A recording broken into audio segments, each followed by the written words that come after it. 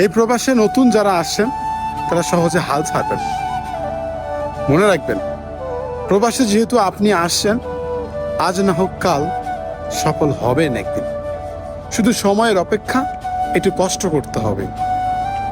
সফল হওয়া যদি এত সহজ হইতো, তাহলে মানুষ ওই বাড়ি ভিটা বন্ধক রেখে এই প্রবাসে আইয়া গোলামি করতো না মানুষের।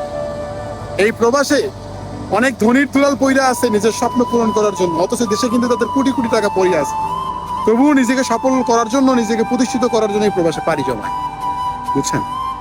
তো সফল হওয়া এত সহজ না। যারা নতুন আসছেন, অল্প একটু ধৈর্য ধরেন, আল্লাহর কাছে শুকরিয়া আদায় করেন। মনে রাখবেন, পৃথিবী সবার দুয়ার থেকে ঘুরে আসলে আল্লাহর দুয়ার থেকে ঘুরবেন না আপনি, আল্লাহ আপনাকে ফেরাবে না। আপনি, আমি, আমরা মধ্যবিত্ত যারা, তারা কিন্তু সবসময় ঋণ করেই প্রবাসে আসি। আমরা অনেক কষ্ট করি, অনেক পরিশ্রম করি, এরপরেও কিন্তু আমরা সফলতা পাই না।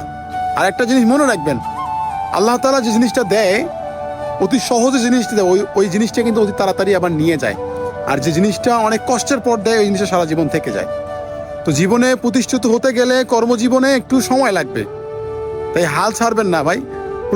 এই প্রবাসে আপনি যে পরিস্থিতিতে আছেন, আপনি যে পজিশনে আছেন, তার থেকে অন্যের দিকে তাকান, তারাও কিন্তু আপনার থেকে ভালো নেই। আসলে এভাবেই আমরা কেউ কারো জায়গা থেকে ভালো নেই। সবাই সবার জায়গা থেকে একটু না একটু সমস্যা আছেই, কোনো না কোনো প্রবলেম আছেই। তো জীবনে চলতে গেলে, হাঁটতে গেলে, সমাজে থাকতে গেলে প্রবলেম থাকবে রে ভাই। চলাফেরা, প্রতিষ্ঠিত হওয়া, স্বপ্ন পূরণ করা এত যদি সোজাই হইতো, তাহলে মানুষ এই সোনার শরীর নষ্ট কইরা মানুষের গোলামি করতো না রে ভাই। ঠিক আছে? আমার কথাগুলো একটু মনে রাখবেন ভাই। কেউ হাল ছাড়বেন, নতুন যারা আসছেন এই প্রবাসে কেউ হাল ছাড়বেন না। আমিও প্রথমে এই প্রবাসে আসার পর অনেক চিন্তা করতাম যে ভাই আমি কবে প্রতিষ্ঠিত হব।